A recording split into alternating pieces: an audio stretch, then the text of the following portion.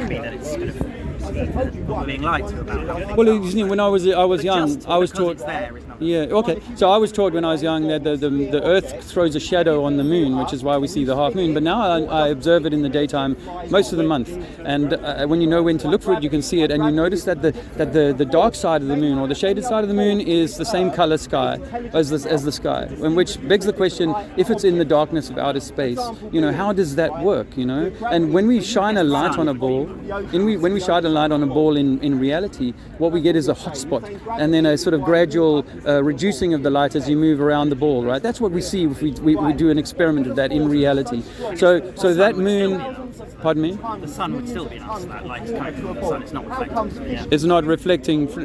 Partly, but but it doesn't. The sun rather than the earth. Okay. Well, we've also done experiments to show that the moon is reflecting a cold light rather than a warm light. So it's a blue light rather than a red light.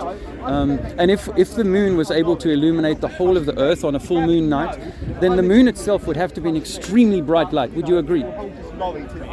So when it's not emanating light itself. It's not. Let's say, but the theory is that it's reflecting sunlight such that on a full moon night it can light up the whole of that part of the Earth. Yeah.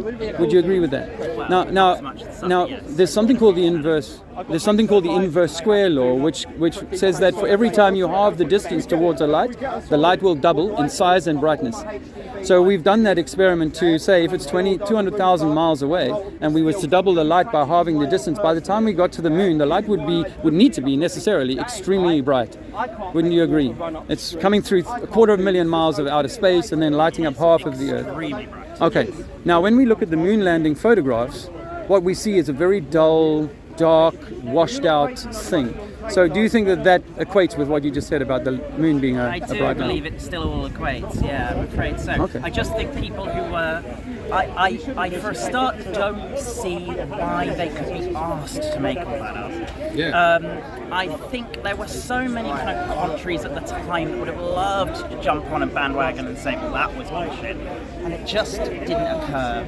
I think that so many kind of human race heroes, incredibly ingenious, smart people using the technology they had at the time, have spent their lives proving this, and I don't think we have any evidence, really, that's anything solid to have enough weight. Can I ask you, did you believe, in 2020, there's some words I can't say, but something happened in 2020. Do you remember what happened in 2020? There was Are you talking about COVID? Yeah. Yes. Yeah, I'm not allowed to talk about it. I lost one YouTube channel and they took down an hour of live streaming last week because I spoke about it. But I just want you to know that, well, do you believe everything you were told about what happened in 2020? I would need to be more specific. There was a lot of disinformation out there. Okay. Probably. Okay. So what I noticed is that in every country of the world, people took pretty much exactly the same action. And it was the first time in human history, based on data that is very, very sketchy, at the very best, it's very sketchy. It's like a lot of distrust, and because of the distrust, it's extrapolated on other areas in science and such. And we need to acknowledge the distrust. It means that there are a lot of things that are wrong in this world. Okay, so just say hypothetically. Okay, so let's just say, sorry to interrupt you, but let's say hypothetically, there was something completely wrong happened in 2020, right? But 198 countries all fell in line within days and did exactly the same thing. So it's very easy to demonstrate to someone how it is possible, even if a country doesn't believe a thing, how a message can be controlled. There were several countries that didn't. Okay, so do you know? Sweden would be Sweden, no, and had it didn't. Later on. No, let me correct you. That would be because the effect was unsuccessful. But it was a long period of experimentation. It's sort of because you can't compare Sweden to North Korea, which obviously had a different effect.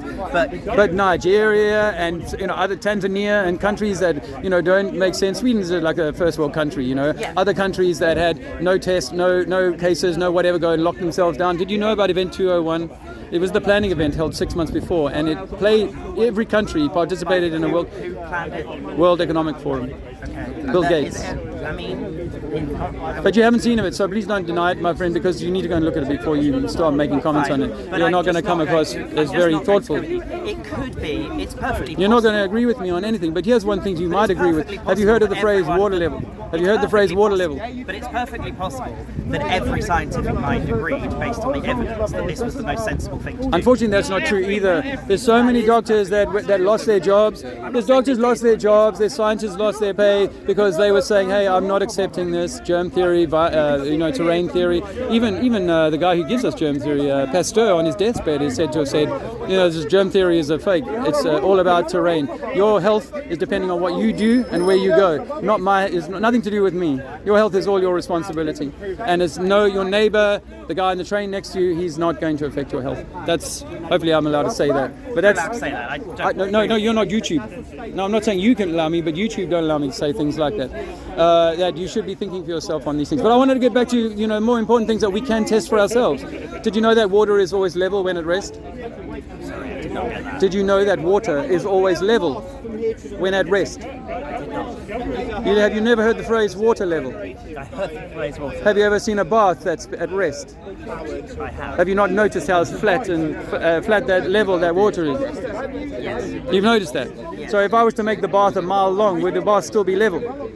When it was still? When it was at rest? It would spread to fill the surface that it had, yeah. Yeah, I mean the underside, it wouldn't matter if there was rocks and what have you, the top of the water, if it was unbroken, would be level. Yeah? Yes, something absorbs it underneath. Yeah, I mean, but the swimming pool can have a deep end and a shallow end. You're still going to get a level surface at the top, right?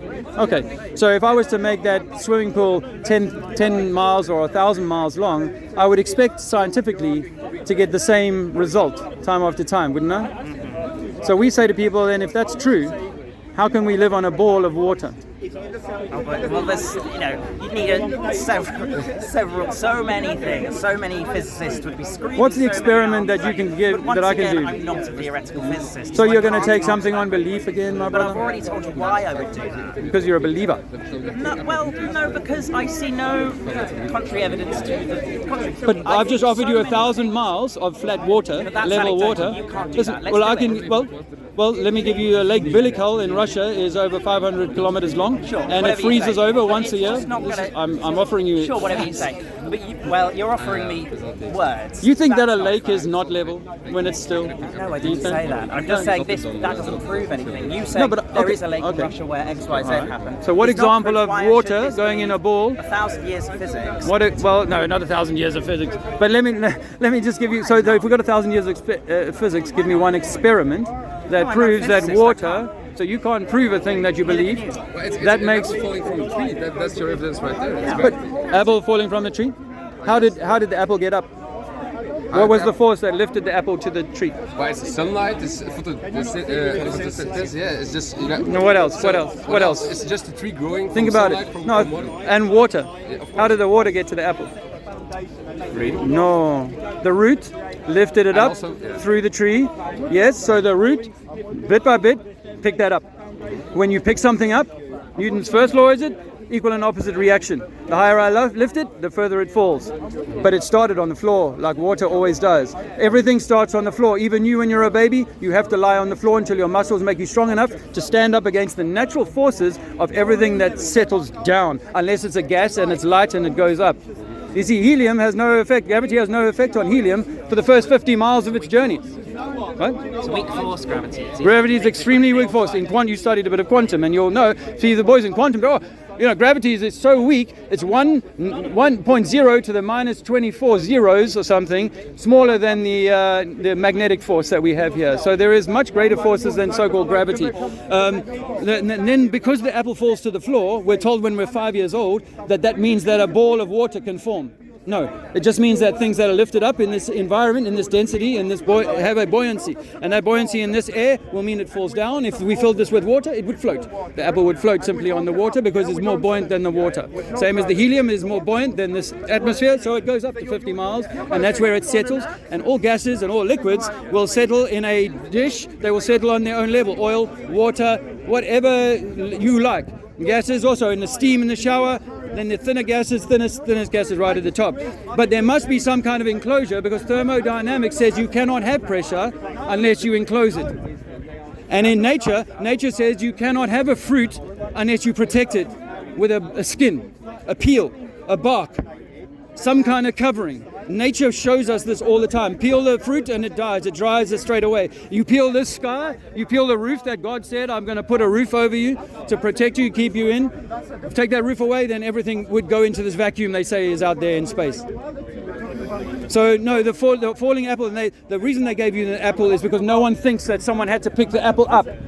But the tree had to pick the apple up drop by drop until it was enough weight to fall against its stem and say, I'm heavier than my stem, and I will break and I will fall. And I'll fall as far as the floor. How does an apple fall? If the earth is flat, why does an apple fall to the ground? Why does it fall to the ground? Oh, because you see, on a flat earth, everything has a tendency to be up or down. There's only one up and there's only one down. So if I lift something up against that, if I blow it up or I pick it up or whatever, that force will take it up for a while and then it'll go against that, which is why we say that the moon cannot be a rock.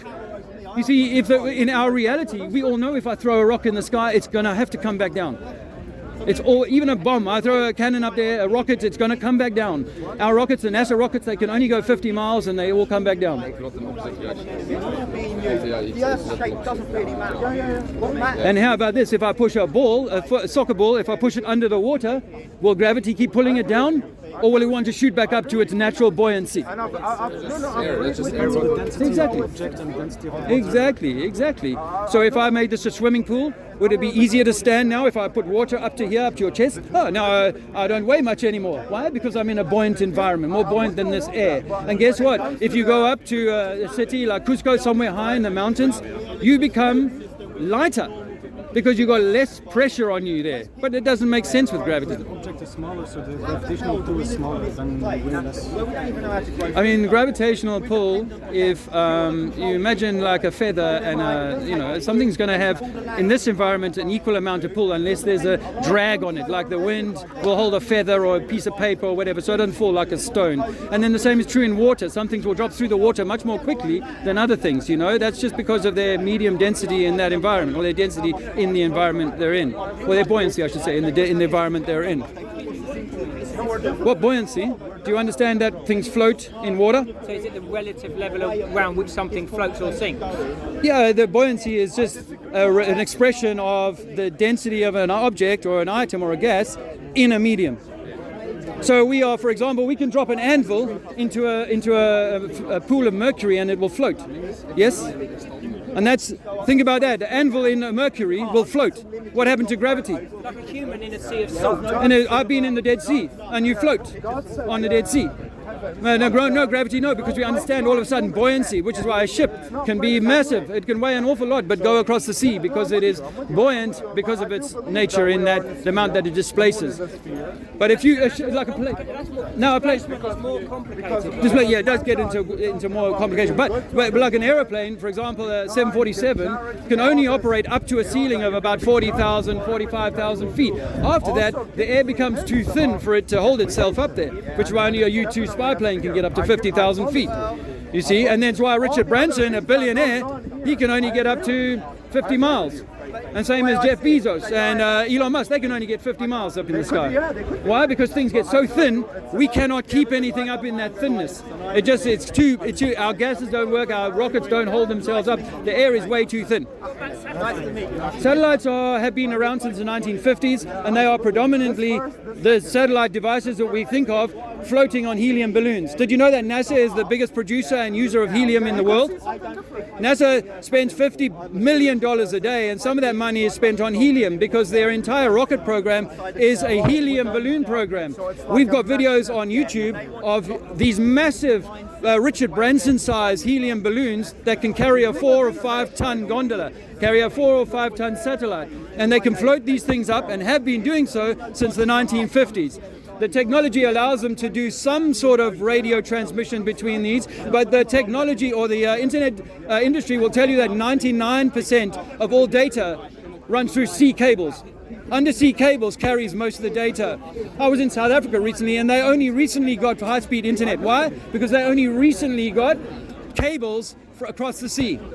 But if satellites were true and that we could all be, our phones were seeing satellites, then you would never drive into the country and have bad signal. How often are you in the country and you have, I've got no signal out here? Why? Because there's no towers. GPS stands for Ground Positioning System, and it's based on LoRaN, which is simply a triangulation system. Yep.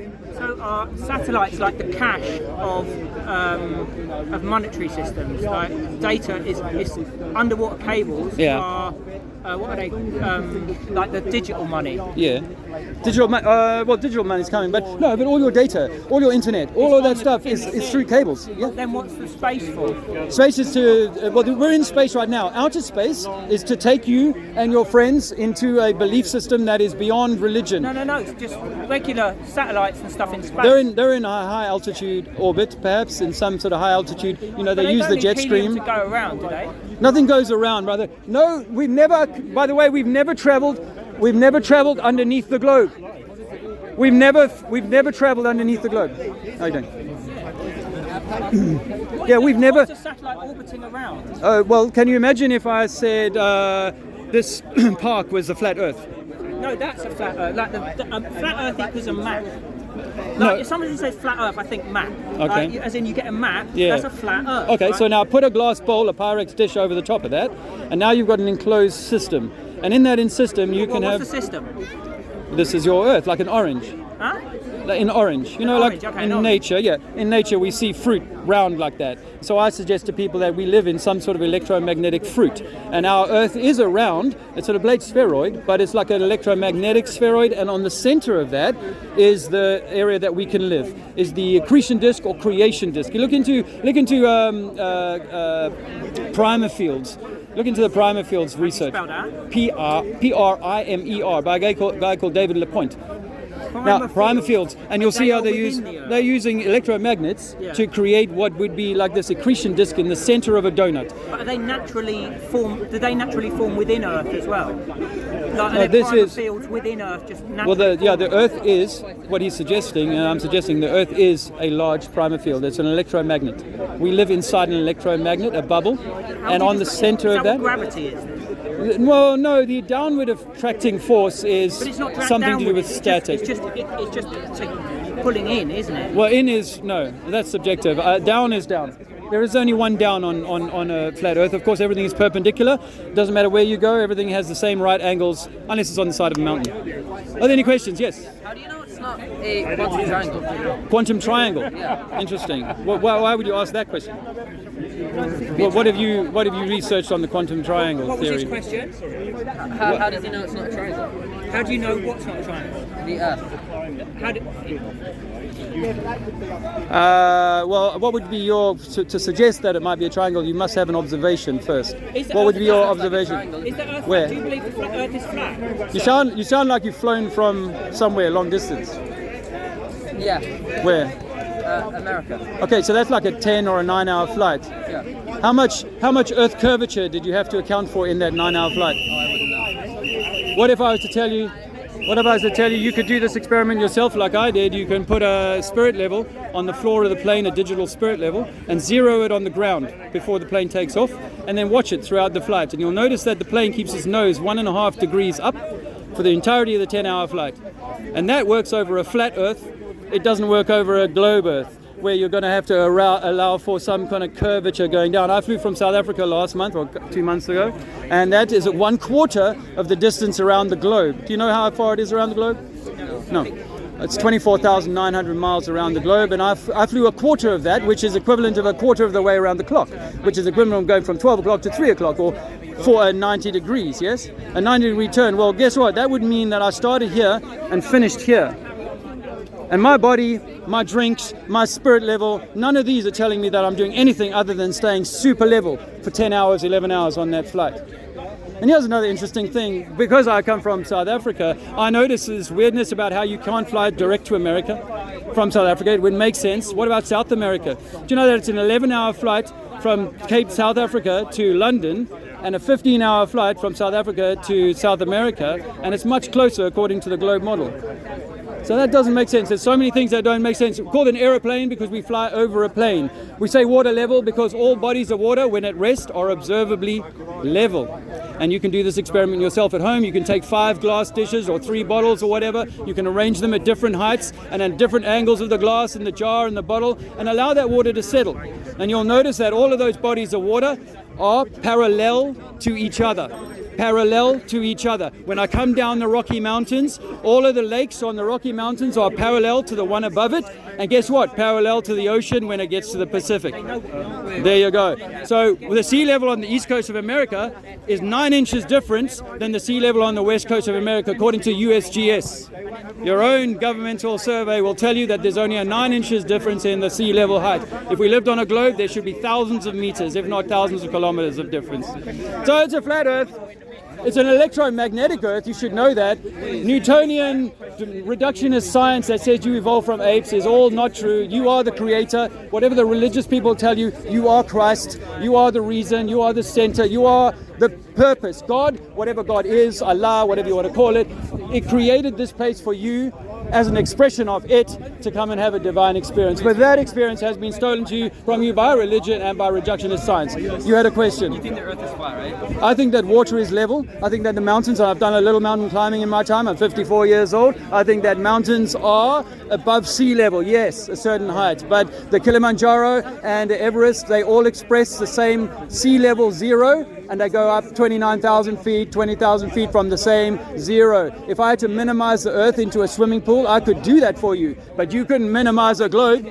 You can give me an example of a working globe, but all I need to do is put a magnet in the middle of my Olympic-sized swimming pool, 5 big rocks, and you could sail east and west all day long. But what we've never done is sail south and north. We've never flown or sailed down into the south and come out 180 degrees on the other side, which would really help to prove it.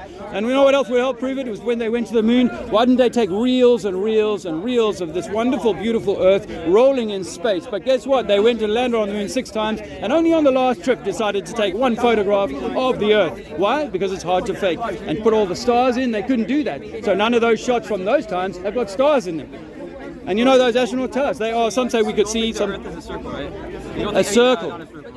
A circle is like a frisbee, yeah. It's like a circle. No, and you know what? Outer space, by the way, outer space has never been proven.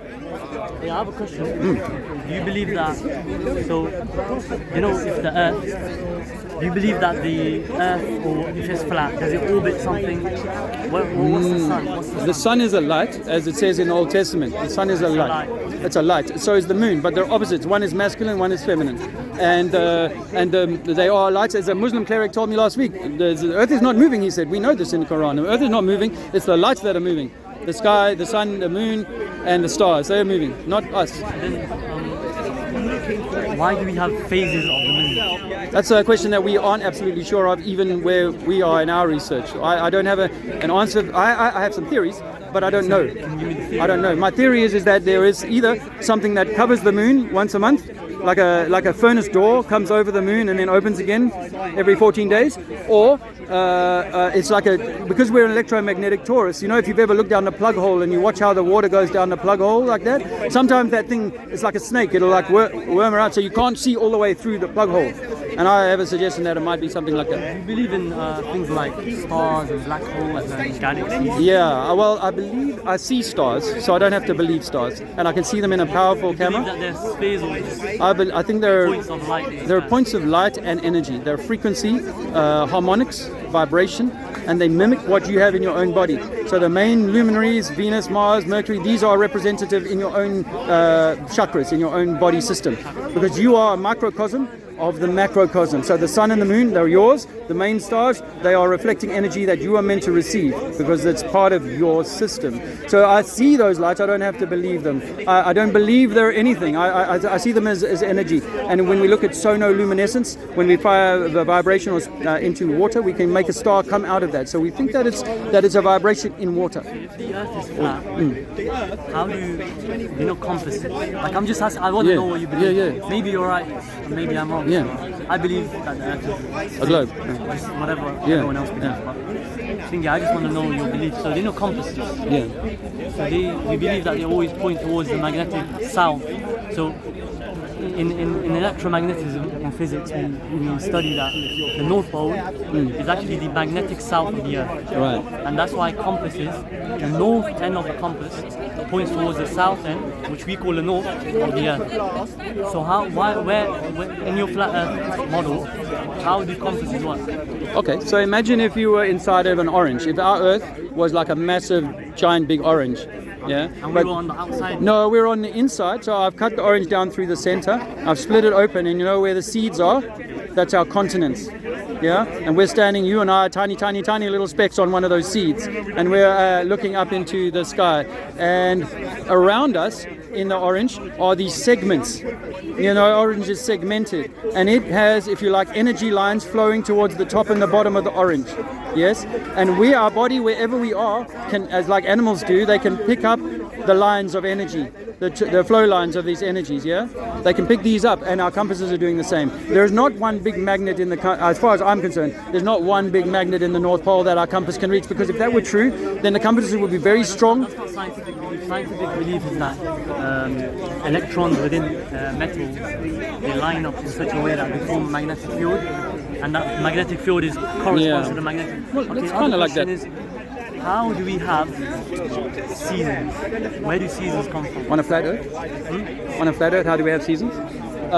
We have this idea that the sun is a little bit like an LP. You know the old record players? Yeah, you know how the needle would sort of go from the first track in towards the last track at the center? Well, it takes 6 months for that to happen, and then 6 months for it to go back out again. And that's our year. So as the sun moves towards... For example, to believe that something is round, that the Earth is round, the sun is round, to believe that, we actually have mathematical formulas. So for example, you have Newton's law of gravitation, which is F equals G mn over r squared. So that's basically, that says that the force of attraction, I've actually studied physics, so the force of attraction between two masses, so even me and you, we have a gravitational force between us. Attractive force, An attractive force between us. And everything very mild, is very small very because mild. of our masses. You can get to see it with a balloon, if you rubbed a balloon on you, but that's, for me, is static. That's electricity. So I'm asking, all of these mathematical formulas and theories, they support the fact that the Earth and any celestial body is round. Okay. And in fact, the celestial bodies cannot be any other shape than round. If they follow these mathematical formulas. If they follow that. Okay, so you're obviously quite learned.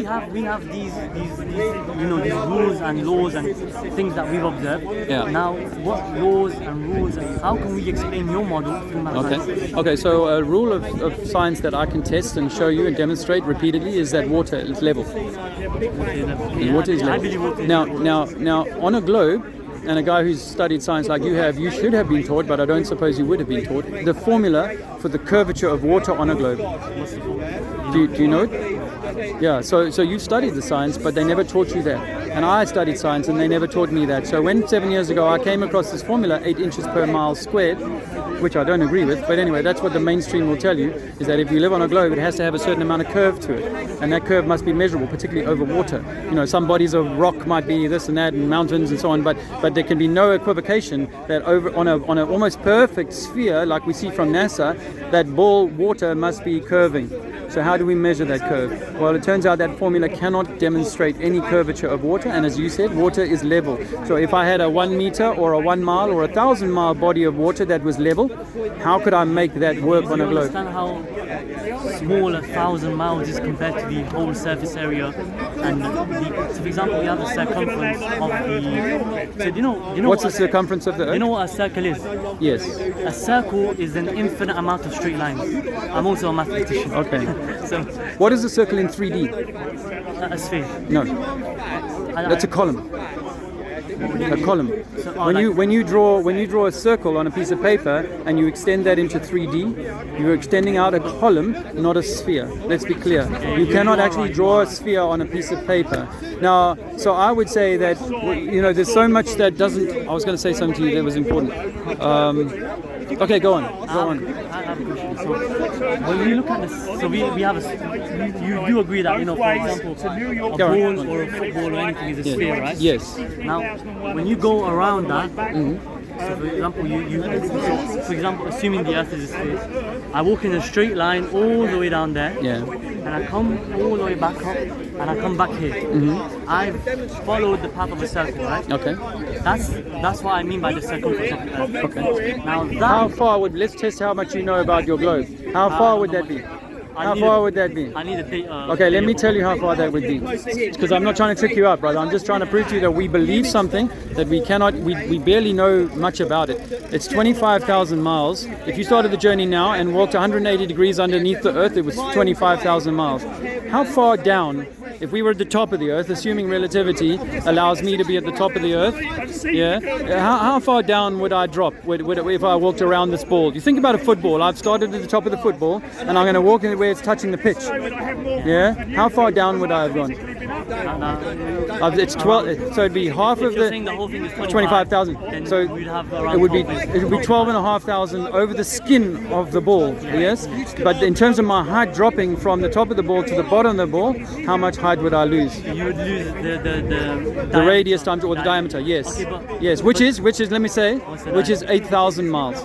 Okay, so what I say to people is that if we did live on a globe and I had to fall by or reduce my height or lower my height or go down under by 8,000 miles over 12,500 mile skin, that would mean that for every mile I walked, I would lose almost 3/4 of a mile of height, which is absolute insanity. We would be living on the side of a mountain. And you know, relatively, let me offer you, sorry to keep putting, but relativity has us believing that wherever you stand is the top of the globe. But how can that be? Because there's a student in Mecca right now, or there's a student in Australia right now saying, I'm on the top of the globe. How can we all be on the top of the globe if not the fact is we're all on the top of a flat plane? So, you know the height thing that you spoke about? There's this concept in physics. Oh, he's back! You can't prove you. Neil deGrasse Tyson told us that 130,000 feet. Be fair to your friend here. You can't He see said to me- curvature. He was listening to the whole Yeah, conversation. He said to me, well, Sorry, have you got any physical proof, Yeah, he said, yeah. that it might be curved? Yeah. I told him. That's not physical proof, that's an observation. Physical proof is measurement. I said to him, Measurement. You don't understand what science but he should go in the Virgin Galactic. Yeah, I know that theory means belief. proves to me you don't have no idea what a theory is. No? Why? Tell me why. What is a theory? It's an idea. Scientific theory. That's an idea. What's a religious theory? Hypothesis is an idea. What is a theory? Is? You're being sarcastic about gravity. Sarcastic. Because of gravity is a joke. What is you don't know what theory gravity? means. What is gravity? How can you be sarcastic using theory? What is gravity? Well, it's just called the theory of gravity. I didn't give it that name. If it was a law of gravity, then it would be called a law. Theory is a collection of laws. Right? No. Theory is a collection of laws to explain a process. That's what theory is. I Theory is thought- not an idea. So- Idea is a hypothesis. That's a theory. That's No, a that's theology. not a theory. No. It's a belief. No. It's a Theory belief. is one of the highest levels in science when it comes to knowledge. Yeah, I see a theory as, okay, you and I observe, you and I, let me, allow me, That's not the definition. allow me. You and I see something, we hypothesize about it, and we try and test it, but until we can prove it, it remains theoretical. A theory, you don't have to prove a theory. Does water boil at 100 degrees? A theory is proved. The theory is proof? No. No, a theory is an idea. Okay, what's the proof of gravity? A theory. What's the proof of gravity? Confused what a theory means. A theory is not. Oh, I have a theory. Tomorrow it might rain, or tomorrow might be sunny. That's not a theory. Which religion do you follow? Why? That's all based on theory. It's all theory. Right? This Based on faith. scientism. You see, the scientism that says we come from monkeys and Big Bang. So you believe in the Big Bang? Of course I do. You believe in the Big Bang? You know what Big Bang is? Do you know what belief is? Do you know what Big Bang is? Yeah. I used to. I study particle physics at university Oh, right now. bloody hell! So Explain to me you what the Big Bang is. The Big Bang is a coming together and a moment, let me see, like a moment of a singularity, a small point, so infinitesimally small, exploding, and then becoming all of a sudden continents and countless stars and all this sort of thing. I understand Big Bang, 14 billion years of bullshit. Now, all of that is theoretical, it's all belief. You can't prove Big Bang. Throw an explosive device. throw an explosive device into a scrapyard and get something that works to come out of it. I'm not confused about theory. Which means it's right. Theoretical means an idea. Theory, that's why they call it theology. There's someone here watching. Oh, I'm not live. Reports on theories. Search the definition of scientific theory. I have. No, because you're proving to me. Theory is, okay, so what is gravity?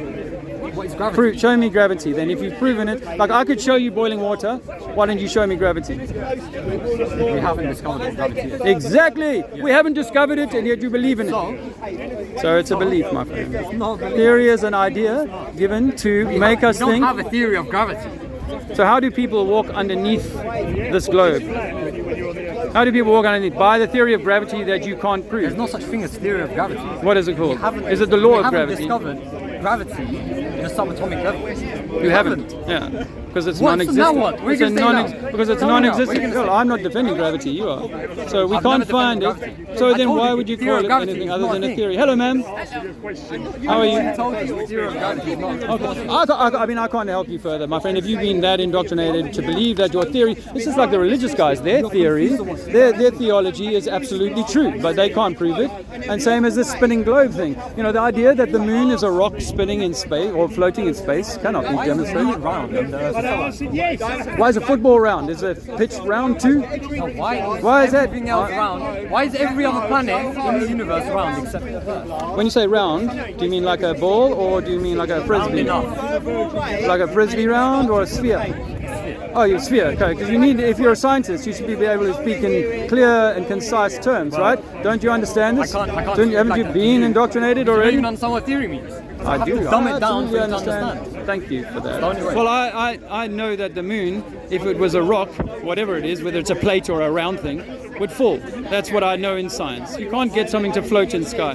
That's all bullshit. That's all science fiction. What it is probably a light, some sort of electromagnetic expression, but that's not for you. You're still in the junior school, and I'll give that, you need a few years to steep into that. Excuse me a moment. I've explained to him after we built up to this, and then he said to me, this is quite respectful, he said to me, have you got any personal experience of thinking why the Earth would be curved? So I gave him a personal experience. Yeah. Now for 5 years or 4 years, I've offered you that it's possible that this is an optical illusion. But the only thing with the optical illusion is I would get it, is when we look out the plane windows on the ground, it looks a bit, I could get that, but it doesn't. When you look out of a plane window, the airport is as it should be. See, when you're at 40,000, 50,000 feet in the plane? 65. Okay, when you're that high? 63 going and 65 Okay, going. okay. They do this. Can you, when you're that high up, are you able to observe anything that you can make out on the ground, like a city or anything like that? Is there anything you can remember No, seeing? I mean, when I was in the plane, what I remember was I came away from my seats, because all the leather seats were like the grey leather seats, and there were all the windows across, and you could see like the Earth was Curving like that. Okay. But no, you couldn't make out any. Yeah. Yeah. But I'm just trying to clarify something else because we've gone over this for years. But could you see, like, make out a city or anything like that from that height? I would say, yeah. I would say because it was very cloudy. Yeah, I've only been at about 40,000, so I've never been that high. But what I have noticed is that I can't see landmarks at all. You know, you might see black, brown, and green. Very clear days if you're over certain cities. If you've got, I mean, some flights I've been on, I've been in very clear skies, Yeah. and at 40,000 feet you can make out certain cities. You can just see that there's a little city there, yeah.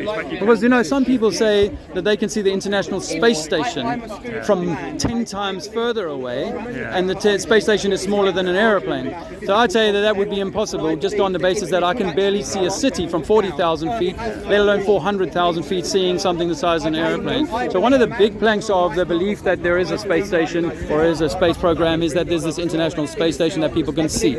I say to people, no, I don't think we can see it. I don't think that, just given that a plane at 40,000 feet is barely visible, it's tiny, at 80,000 feet it's almost But it's so gone. interesting because just like this gentleman has his theories of what he's seen or whatever, and you do as well, we've had discussion before, I know, is when you ask me, why have I got this view myself, like I'm asking what he's giving me, why he's got his view. Well, my view is from actually being in an aeroplane and seeing this. Yeah. Now, if you think I'm being my eyes are being conned, that's for you to put your argument. I accept that. But I can't deny what I saw, and I was physically at that 65,000 feet. Well, let me put your mind at rest. My best man at my wedding, he's a pilot, and he flies private jets at 42,000 feet. We don't talk anymore because he insists that he can see curvature from 40,000 feet. And I say, well, okay. I mean, let's go to. It's possibly that you're seeing that. Let's try and measure that, because I've flown over the Mediterranean and I can see on a clear day 100 kilometers, and all of that Mediterranean seems flat, and the ships I can see for 100 kilometers are all on the same level, just dotted down there in the distance, down there in the distance. So what I can test on the Earth is that water levels, as far as I can measure. I'm going to give you the floor for a minute. You're almost on a ladder, not quite. You could be on a ladder on a flat Earth, actually. That's what, it's not my theory, it's what I physically experience. I'm trying to explain how physically I mean, not measured, but you've observed. Remember, I'm not. Right. You might think, oh, he's elite, he's been on the Concorde. There were a lot of people who went on that Concorde. Thousands. We wouldn't just be the only one. It was a elite thing to do at the time. There are pilots who say that. By the way. What I'm saying is, who should I be reading then to see if what I saw was an optical illusion? Who's the best people to read? What's the best evidence, for example, on the web that I should read? Well, a good place to start is Mark Sargent's 10 clues. Mark Sargent. Yeah, he came out with 10 clues and 10 questions that he poses to people to say, if this, then are you sure about that? And of course, I believe that, and I've flown many times from South Africa to England, so I believe that even as a 10-year-old. The key thing for me was I made New York in 3 hours and 40 minutes. That's good. Incredible. Yeah. Now, for me, that was the standard flight over the whatever, and I'm seeing the curvature. The pilot mentions it. Okay, that you're going to see this at the time, and that is why I answered his way. So I wasn't on my old rails like I used to. I've been becoming practical. He asked me a question. I told you exactly why I had it. Awesome. Well, so I flew from South Africa recently to. Because we need people like you speaking. Thank you. I flew from South Africa to England recently. It's an 11-hour flight. I've been Mauritius. Have you? London. Okay. So coming up the side of the globe.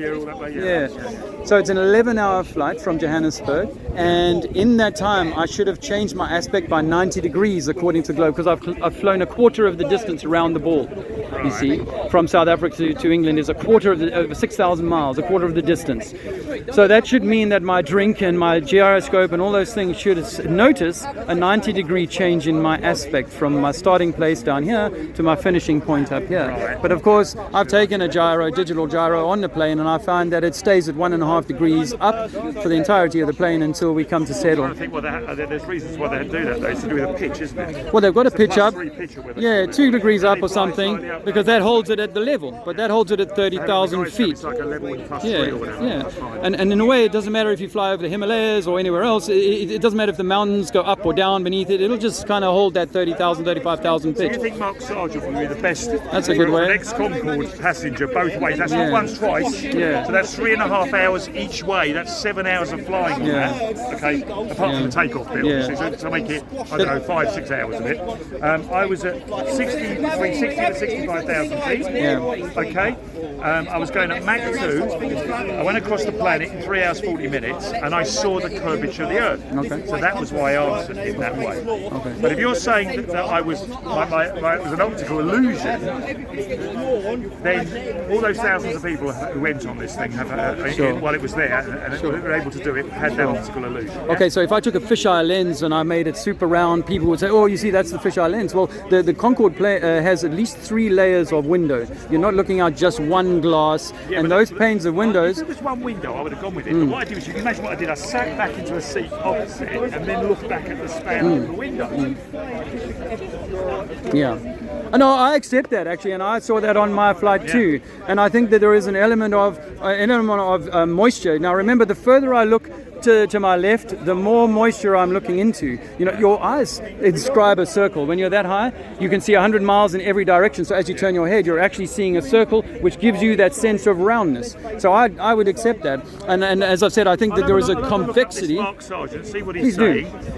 You only have to type in flat Earth, But Mark. I haven't come from and that'll- any lies. I've come from the real truth. Yeah. I'm very fortunate. My wife has been on the Concorde as well. Yeah. She went another time, not with me. Okay. And she didn't go all the way to New York, but she went half out, went to Mach 2, and she's seen this. Yes. So we are going to stand here with you, Yeah. obviously, and say that's genuinely what we've seen. I have no argument with that. And No I said problem to with him, that. and he actually, I quite respected him for this because he said he's always getting annoyed. I'm Cool. not respecting him for something.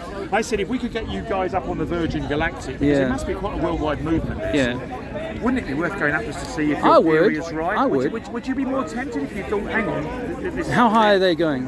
Well, they're going into orbit, aren't they? It's even But higher than what me. distance up?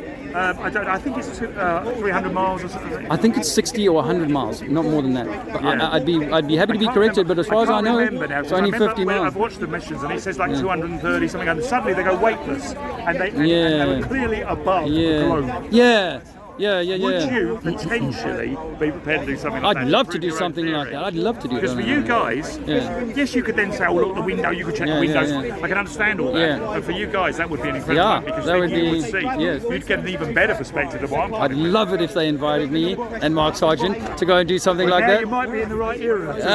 You're younger than I'd me. love to. You're definitely a younger Yeah. man than me, Yeah. possibly, and he is, Yeah. I can see. Yeah. So you might have opportunity to go on that. Yeah, I love that. But as far as I know, these guys are only getting to what they call low Earth orbit, and I don't even think it's 100 miles. The only way we've got to do is check on usually, you see, because when you look at the emissions, I think it was something like there's a point where it went up and it came straight down again. Yeah. They hit, you're right, they hit 280 something. Mile. And then it suddenly stopped going up, Yeah. and that's when they went weightless. Yeah. And out the window you can see Okay. the. So now, would you allow yourself to consider this possibility? You know how they use the vomit comet to train astronauts? They fly them up high, 60,000, 80,000 feet or something, and then they drop it for about a minute. And it makes them And they're weightless. weightless. Well, what if the Virgin is just a much higher version of exactly the same thing and gives them 5 minutes of weightlessness? The only thing I would That say would that make they sense to didn't me. seem to have that sickness thing. It was just that they were very slowly controlled being weightless. So I know what you mean when they put you into those. Well, they would have tested all those people that went to 5 minutes would have spent 1 minute in the main vomit comet, the 747 version. But Branson's one, I think, can shoot them up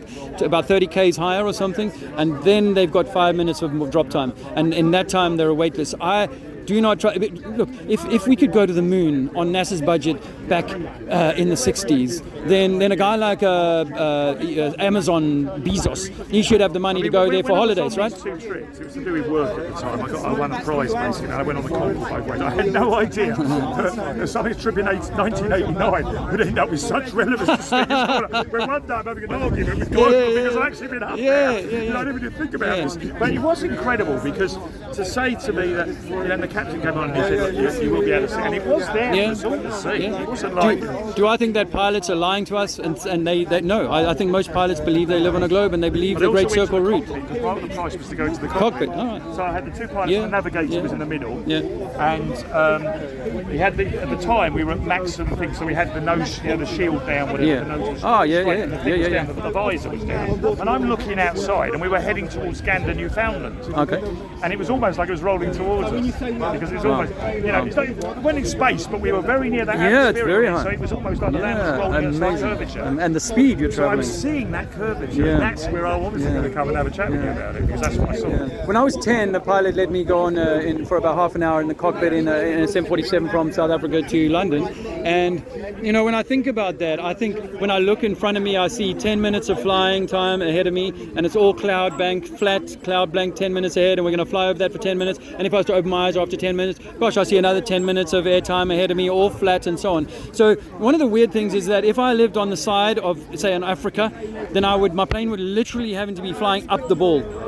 And if I was flying to America, I'd either be flying down if there was a curvature to a. I've been to America and Africa, and like you said, I haven't been to Africa, but I've been to Mauritius, which is a similar flight from there, because obviously it's very near the African continent. So, for example, the last thing I'm going to ask you, if this Earth is flat, as you guys are saying, and all that, some of you are saying it's not necessarily flat, but it's a globe or whatever. Yeah, it's not global. Electromagnetic If torus. it's flat, why can I only see just past the BST? Why can't I see much further further out on the horizon from the level I'm standing now. Okay, so you can only see as far as that. If you were to sit on, I sit to those block of flats. I can't see anything else. okay, so we recognize that if I was to sit down now, I would see less far than you if you're 6 foot tall. And if I was to go on a ladder now, this guy standing on the ladder, he can see further than us. And if I was to go into a 10-story building, I'd be seeing further than everybody in London. If I was in the London So Eye, if I went up to the Shard, yes, at the top of the Shard, yeah, I'm going to only see so far at the top of agree, the Shard. yes. So are you saying that it's the dimension of how high we go before we can see the fact that there is?